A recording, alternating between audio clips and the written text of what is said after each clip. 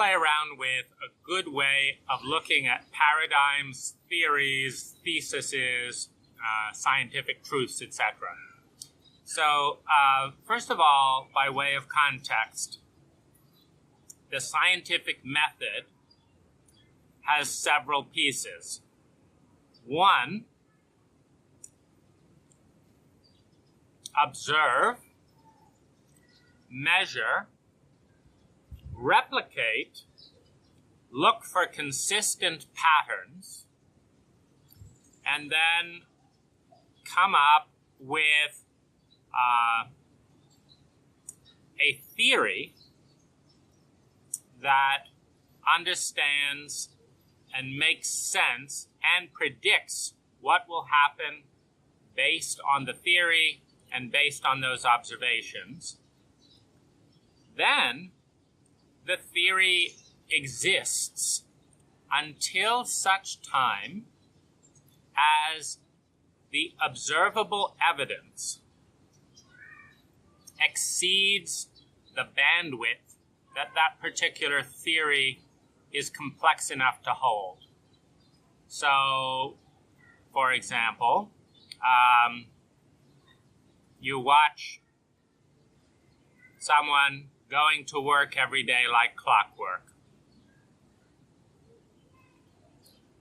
Monday to Friday, person catches this bus at 6:45, goes to work, etc., etc. You observe this on every day, and so you create a theory that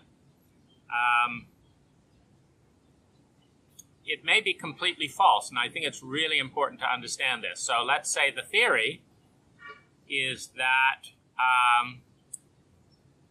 this is an angel that has important work to do on these days. These days are connected with these planets, etc., etc. You have the theory, and it's consistent. Then one day, the office worker is sick, and it shakes the theory, because sickness doesn't exist in the paradigm. And so the question is, did you get the day wrong, etc., etc.? Can it be replicated? Probably not, because it's also really important to understand that most things cannot be replicated in a laboratory. They just can't, including someone getting sick on this day of the month in these conditions. It's not in, well, say, things can be replicated in the laboratory. We are all in the laboratory. It's just very presumptuous and frustrating to think that something should be able to be replicated in your laboratory, which is tinier than the phenomena happening in the laboratory. So the scientific method is, first of all, it's a great method with things that are small enough to fit into the laboratory of the scientist who is creating the theory. It's great for that, because you can find predictable patterns. Science is terrible at developing theories and truths and understanding things that are not small enough to fit in their laboratory. So this is a very, very important fundamental thing to understand. But the method of science, which, as I say, only works fully if the set that you're dealing with in set theory, the set that you're dealing with can fit within the lab, and all the variables are trackable. Because let's say that something relates to light, and sometimes the lab students turn on one set of lights, and sometimes they turn on another set of lights, and sometimes they turn on both sets of light. But the paradigm doesn't exist to say that what's being studied in the lab might be affected by light, because there isn't a theory, which just means there isn't a big enough imagination to extrapolate that it could be. So they give up on the test because they get this result this week, that result another week, and they call that random. There's no statistical data. In fact, it was a small enough scientific experiment to fit into that lab. It was consistent with the data. The data just wasn't measured. The data, which was how much light of what kind was in the room. And this is just one of many, many areas that are important to understand the limits of the scientific method for understanding something important to you and I. Now, I share that, as a general context because I've had data my whole life that does not fit or did not fit into any neat paradigm about my mental, emotional, physical health.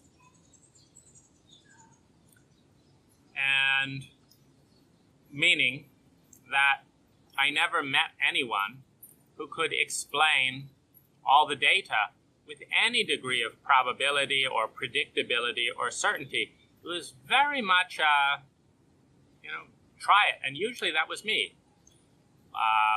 Let's try this, let's try this, let's try this, let's try this.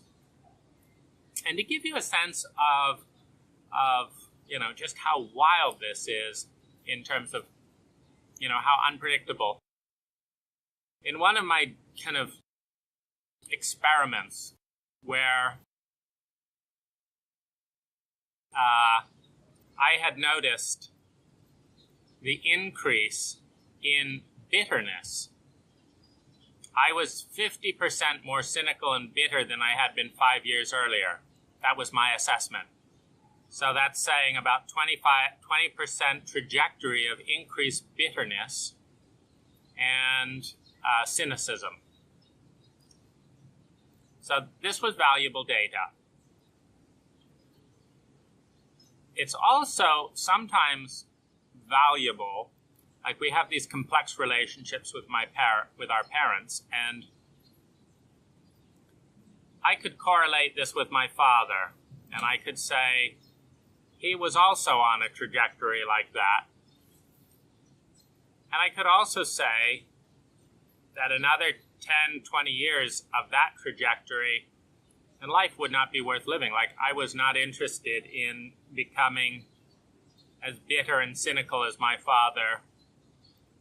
And since I didn't fully, and if I really didn't know what the variables were, and I was just stuck helplessly on this trajectory of 20% per year, then, and I don't want to do that, and I can't get off it. Well, suicide is an off point. It's like, experiment over, game over. Let's start again. Let's start again in a different dimension. Let's get born again, whatever the paradigm is. Let's game over. It's not going the way I like. Now, I formed a hypothesis. I thought, why is my dad so bitter, angry, punishing, cynical? And at what point, like let's say he was my age, what didn't he do at my age that left him becoming that way at his age? And I came up with a hypothesis.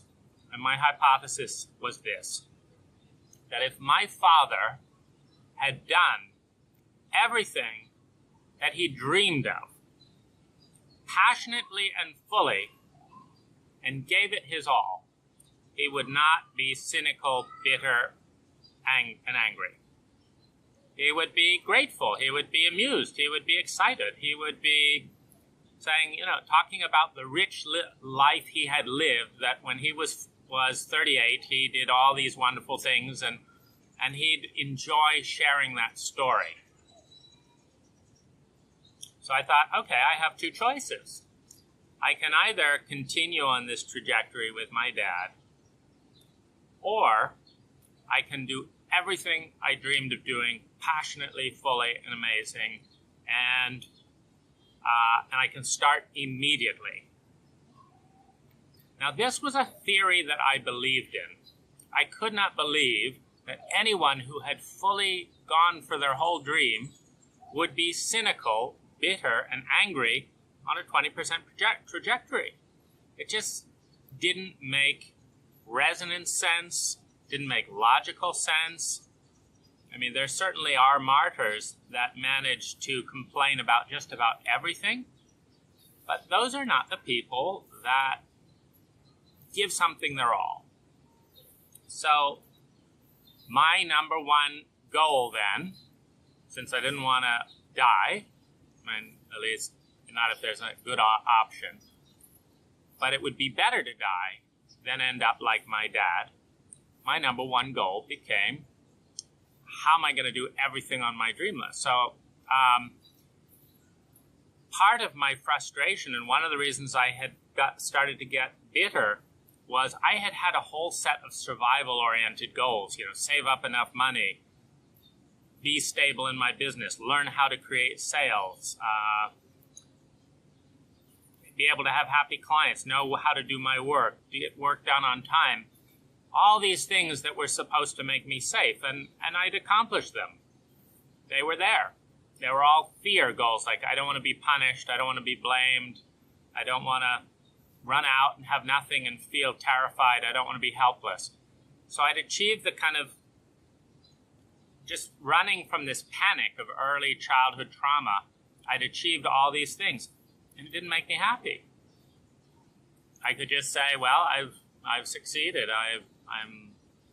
Nobody can reasonably complain because I got my jobs done early. Nobody can complain about the budget because I charged exactly what I said I would. It's like, okay, I've worked 20 years to solve this panic. Solved. Is that it? I mean, my whole life is just being able to answer this panic that's with me all the time. And I think, of course, I think a really big reason, which I didn't know at the time, I didn't have the data, the theory about PTSD. So, of course, it makes perfect sense that someone with PTSD, with panic, untreated mental emotional disease that no one is recognizing, treating, helping, and that's getting worse, and that the best one can say of one's life is that it's been a manic treadmill to answer most of the projected fears, and now they're still there, but there's nothing really to be afraid of. Now you just have to look that you're scared for no particular reason. I mean, that is a pretty miserable life. So I have that context now, but then I didn't, and I had to work with the hypothesis, and so I got on it. Within 10 minutes of forming this hypothesis, I wrote a list, my bucket list. Everything I wanted to do before I died, everything, that I felt like if I left life now and hadn't done this, I might have some regrets. And I put all kinds of stuff on it. I wanted to go to Asia for the first time, never been there. I wanted to spend time for a couple of weeks in 5-star hotels and see if I liked it. I wanted to have a beautiful companion to play with. I wanted to dive through a tropical waterfall. I wanted to fill my house with houseplants. I wanted to have a fish. I wanted to have a dog.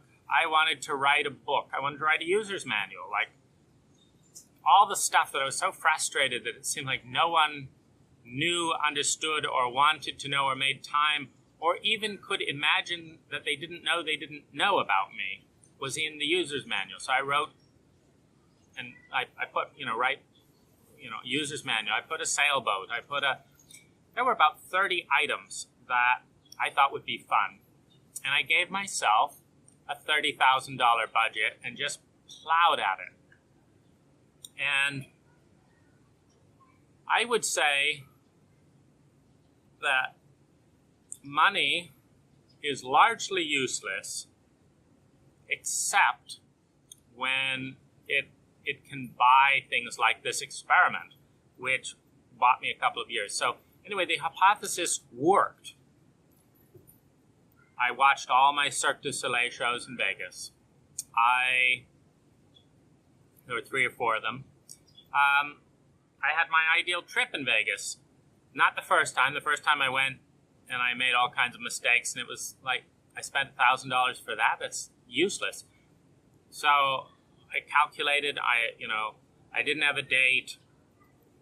I stayed at the wrong hotel. They got the booking bungled. I didn't go to the best show. I went to the Chris Rock show.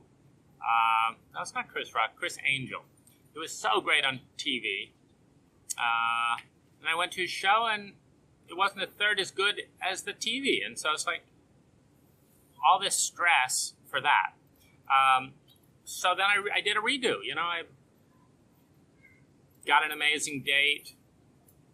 She picked me up in a red convertible. We went to the best show, stayed at the Wynn, and kind of did a replay. And that was indeed an exceptional moment.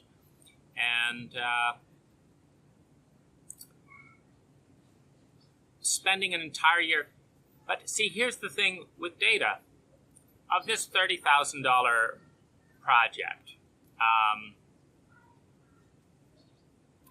it did what I thought, but there was surprises in the data. There was this one item, which was a $500 radio control VXL Stampede by Traxxas. Traxxas VXL Stampede.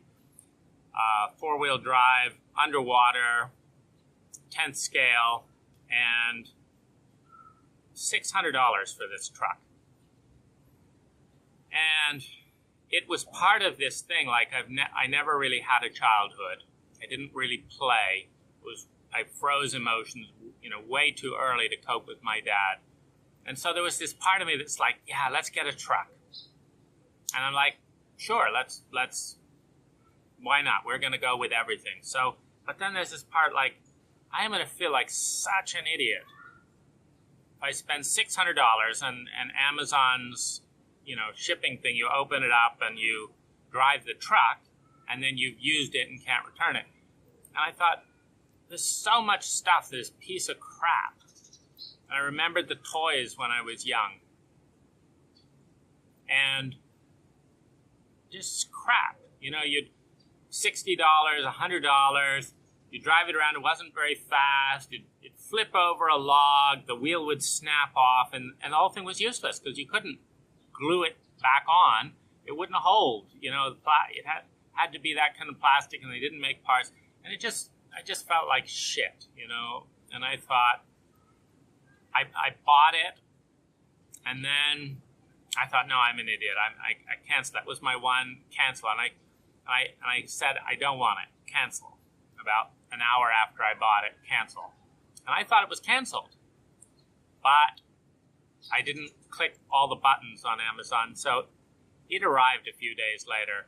I thought I'd cancel this thing, but I was curious, so I opened it up, and I thought, could I very carefully open it and drive it and get a sense of whether I would feel like, an idiot for spending, 10 times more than I'd ever spent on a toy, and I'm not even sure I'm going to like it. This is an experiment. So it was a really risky bit of the experiment. And my whole spiritual judge, like, this is materialistic, this is a waste, I should be spending this on therapy, blah, blah, blah. But I'd spent $250K on therapy. I'd gone to tens of thousands of dollars worth of workshops. I'd meditated 2,500 hours. This was supposed to be the stuff I hadn't done, the experiment. So I thought, okay, this truck blew me away. It was the hit of the whole 30,000. Thailand and this truck. Blew me away. It goes 65 miles an hour. It can't brake. I drove the thing off a 30-foot cliff flipped 20 times, hit a rock, bounced into a stream, and I walk down, dreading. I get it out of the water, and it drives off. So I'm thrilled. I mean, this is 10 times better built than my Toyota truck. It's proportionally 10 times faster, 65 miles an hour. So it's exciting me with the excellence, with the surprise, the play. And I'm not getting depressed because it's not breaking all the time. It's exceeding my expectations. It's exceeding other people's expectations. So I'm out in the park, all new surprises. Other people are loving this truck. I never knew a truck could go that fast. Where did you buy it? I'm having social interactions that I never had. I'm usually out alone in the park, and I've stopped going because I make eye contact and I smile and I want to have a genuine interaction. And people get nervous. Who's this person looking at me? What do they want, etc. So now this truck was behaving like a dog. It was the intermediary focus that was the safe place where Americans, who are paranoid of strangers, could actually connect with me. It was wonderful. Children began chasing this truck.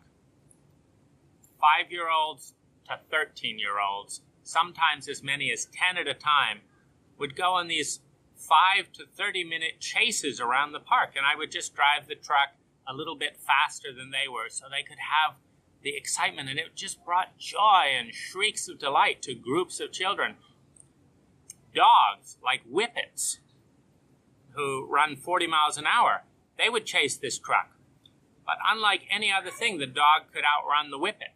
And so, like at one of the big parks where there was a huge circle, I could just race the whippet around and give it a workout. And the owners were grateful, and they were thankful, and they were thinking maybe they'll get a dog to run, or get a truck to run their whippet.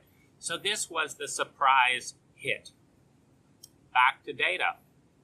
The data came in, and dollar for dollar, this truck in this culture, this particular model, of course it would have been useless to buy 6 $100 useless trucks that break. This particular model, top of the line, electric, no gas, no fussing around, having some extra batteries, just playing. It was a whole new world. Led me into art, radio control, and the funnest thing about it is this. I'm used to being right 85% of the time because I'm a pattern analyzer. 85% of the time, no matter what anyone says, I'm right. Meaning the pattern lines up with what I think will happen if I can see enough data points.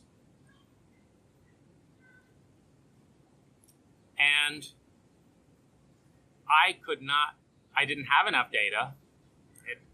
I didn't have data. I didn't know children would react like this. I didn't know dogs would react like this. I hadn't thought about the fact that this would function like owning a dog without having to put the dog in a kennel when I went on vacation. It just sits in the garage. So I had not calculated all of that. So it was an experiment, and it paid off big time. There's a lot of that kind of stuff. But here's the thing. When I saw that I was wrong about the biggest bet that I thought this would be the one area of my 30,000 I'd be wasting money, but instead it brought more joy to more people per dollar spent than any other of my activities, save Thailand. And that brought more joy to me, not to other people. This was encouraging because it meant that there were other things out there that I was equally wrong about that I didn't know that I didn't know. Well, that's a reason to live.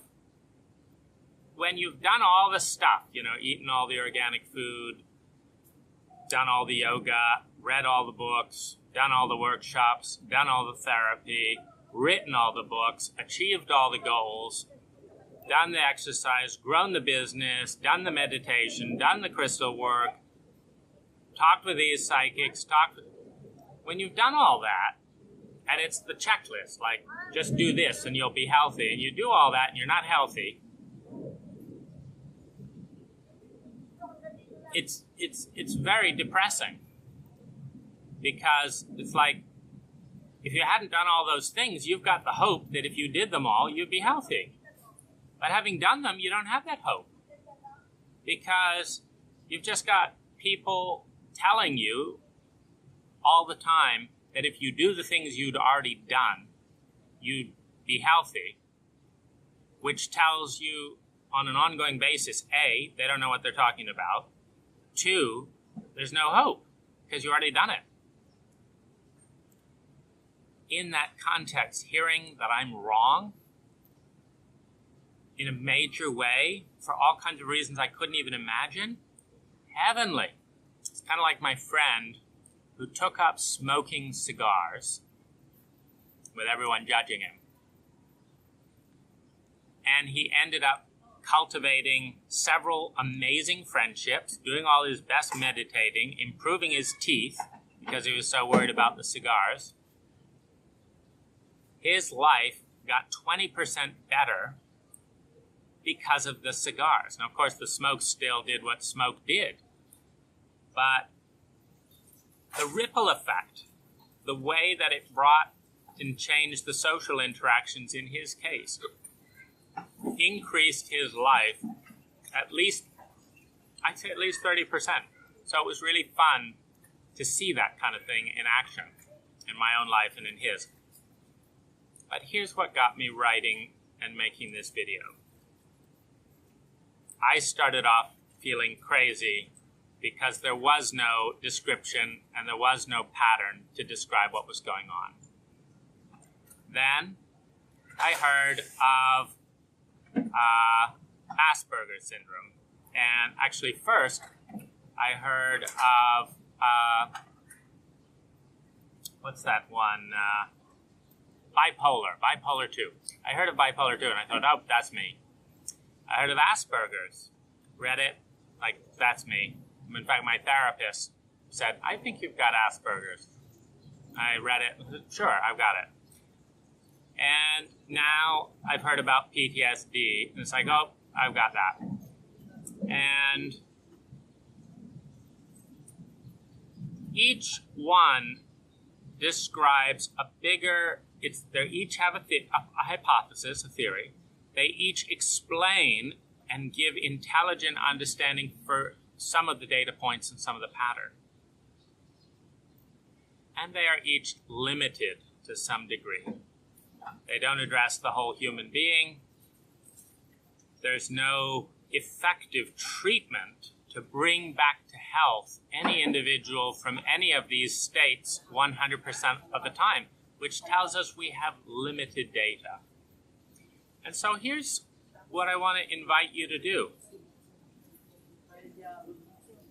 Look at yourself, look at the theories out there, and treat them as a story. And the story is helpful in bringing consciousness. Each story helps explain some of the data. And so this is where I want to come back to what is a good story? What's good science in this type of terrain? I would say,